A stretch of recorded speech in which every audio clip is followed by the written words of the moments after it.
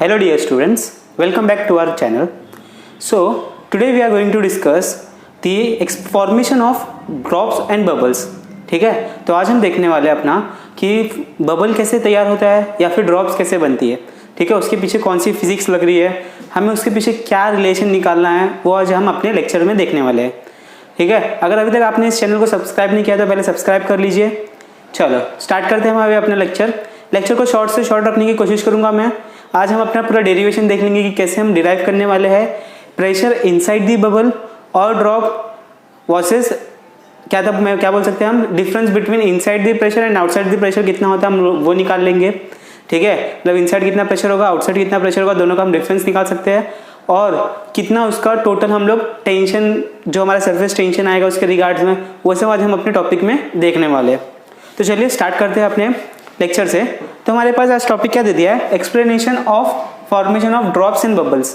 तो ड्रॉप्स और बबल्स कैसे बनते हैं, बचपन में सब लोग ने वो लिया होगा सोप सोल्यूशन और उसके अंदर एक वायर डाल के आप लोग ने ब्लो किया होगा. ठीक है, तो क्या होता है बबल्स तैयार हो जाते हैं.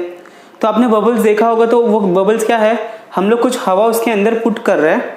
ठीक है, तभी वो बबल फॉर्म हो रहा है और वो एटमॉस्फेरिक एयर में घूम रहा है. ठीक है, तो अभी बबल के अंदर का एयर कुछ और होगा, बबल के बाहर का एयर कुछ और होगा. ठीक है, तो इसमें क्या है, एयर कंटेंट है. ठीक है, अभी ड्रॉप में क्या होगा, सिर्फ वाटर कांटेक्ट होगा. इनसाइड दी ड्रॉप क्या होगा, सिर्फ हमारे पास वाटर होगा, उसके बाहर क्या होगा, एयर होगा. ठीक है, तो ये डिफरेंस है. बबल भी देख लो. अभी हम लोग स्टार्ट करते हैं डेरिवेशन से, तो आप लोग समझ जाओगे. तो हम लोग क्या करेंगे, हम लोग एक एग्जाम्पल लेके स्टार्ट करते हैं. एग्जाम्पल नहीं है, एक्सप्रेशन है pressure inside the liquid drop. ठीक है, क्या डालेंगे हम, pressure inside the liquid drop. तो हमने एक स्पेरिकल ड्रॉप अज्यूम कर लिया. ठीक है, स्पेरिकल ड्रॉप ये हमारा 3D में होगा. किस में होगा, 3D में होगा. तो हम इसको अभी 2D प्लेन में निकाल रहे हैं, तो आप लोग 3D, इसका मतलब ये क्या होगा, एक स्पेयर होगा. ठीक है, विथ सम रेडियस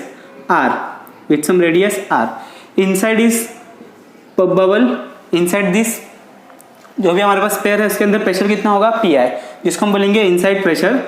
अगर मैंने इसको बड़ा करने की कोशिश की, इसको मैंने बड़ा कर दिया इतना. ठीक है, कितना बड़ा कर दिया, एक थोड़ा सा उसमें मैंने हवा ब्लो करके और इसको बड़ा कर दिया.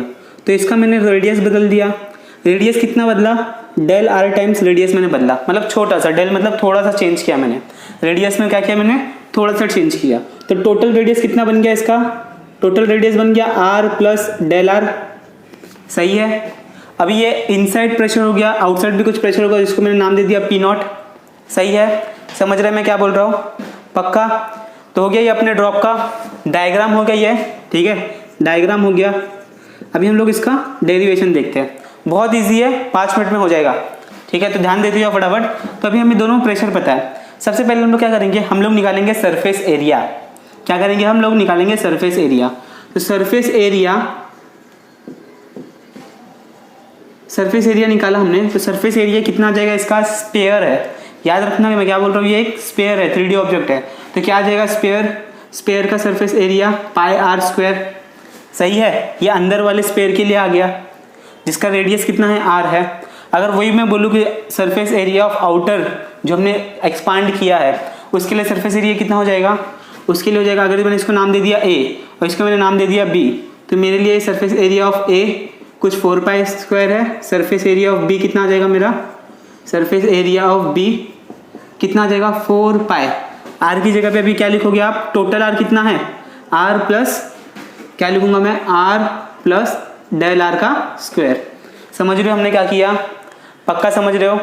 देखो अभी यहाँ पर क्या आ गया, a plus B the whole square. तो यहाँ पर हम लोग लगा सकते हैं 4 pi a square plus B square plus 2 times of A B लगा दिया हमने.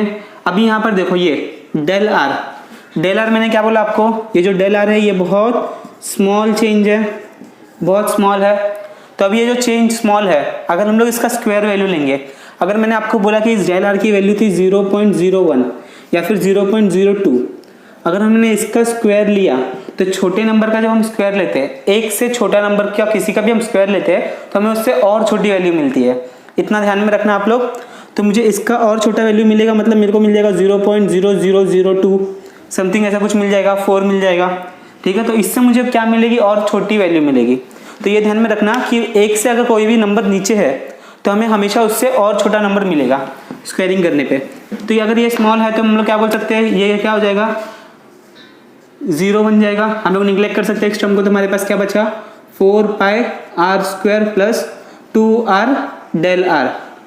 पक्का समझ में आ रहा है, 4 से मल्टीप्लाई कर दो, 4πr², और ये क्या बन गया हमारा 8πr del स्क्वायर। इसको इससे मल्टीप्लाई किया तो 4 2 ज़ा 8, पाई आ गया, आर आ गया, डेल आर आ गया, तो हमारे पास सरफेस एरिया ऑफ बी मिल गया।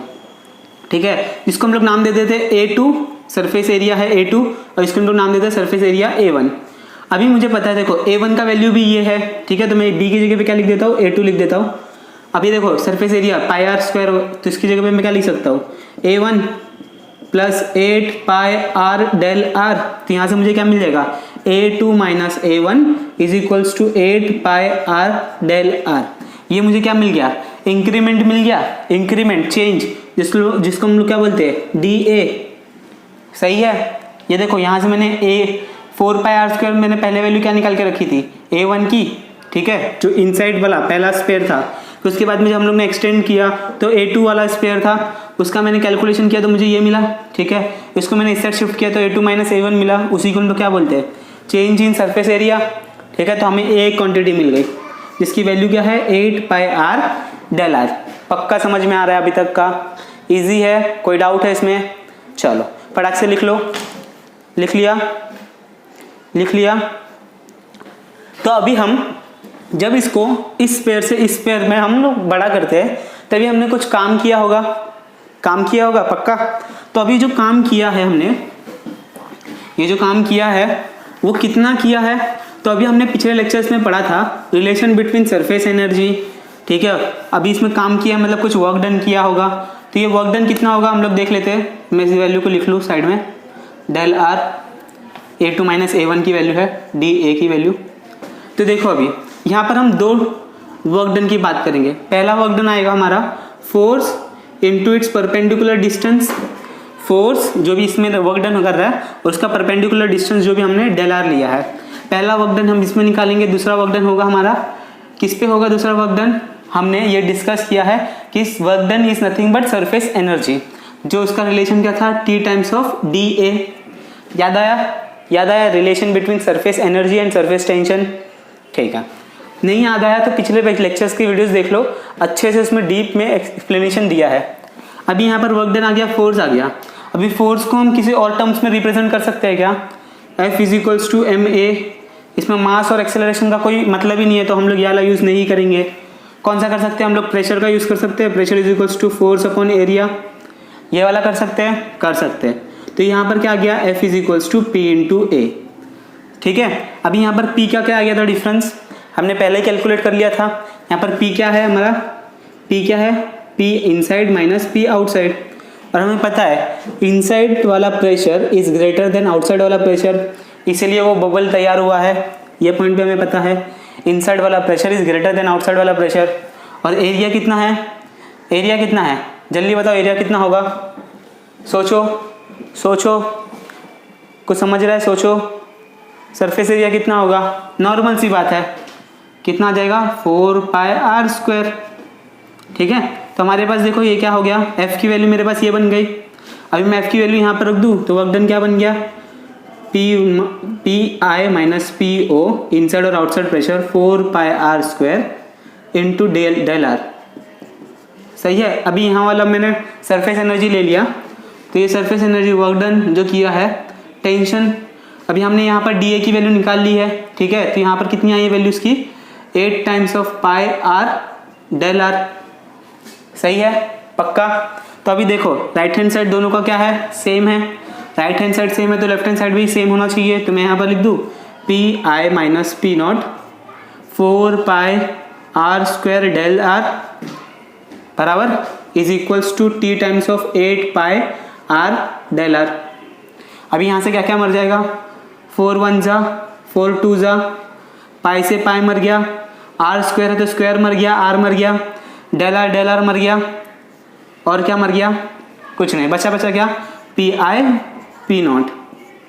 और यहाँ पर क्या बचा, एक r, यहाँ पर क्या बचा 2 टाइम्स ऑफ T। तो मेरे पास फॉर्मूला क्या बन गया, PI minus P0 is equals to 2T upon r। ये बन गया मेरा पहला इक्वेशन। तो ये पहला इक्वेशन हमें क्या मदद करेगा, ये पहला इक्वेशन मुझे देगा, this equation gives the access pressure inside a drop.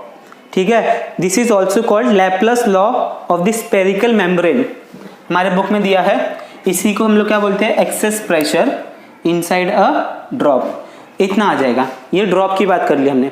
अगर हमारे पास बबल की बात होती तो हमने relation between surface energy and surface tension पढ़ा था, तो उसमें हमने देखा था कि 2 टाइप की लेयर होगी। जब भी हम लेंथ लेंगे तो वो क्या होगी, 2 टाइम्स होगी। तो क्या होगा 2 टाइम्स, उसका ऊपर वाला लेयर जो है एक अपर लेयर हो जाता है और एक अंदर का लेयर हो जाता है, तो हम लोग उसको 2 टाइम्स से मल्टीप्लाई कर देते हैं। तो ये एरिया मेरा कितना बन जाएगा, 2 टाइम्स बन जाएगा, 16 हो जाएगा। समझ रहे हो मैं क्या बोला, यहाँ से मेरा एरिया कितना हो जाएगा, 16 हो जाएगा। तो यहाँ पर 16 रखोगे तो यहाँ पर 4 1 जा 4 4 जा 16, देखो इतना लिख लो, फटाक से लिख लिया। हाँ चलो, तो अभी देखो मैं क्या कर रहा हूँ, अभी मैं कर रहा हूँ बबल के लिए। तो बबल के लिए मेरा डी ए कितना बन जाएगा, डी ए बन जाएगा 2 times of 8 pi R del R, क्योंकि इसकी 2 लेयर होती है, एक अंदर की तरफ भी और एक बाहर की तरफ भी।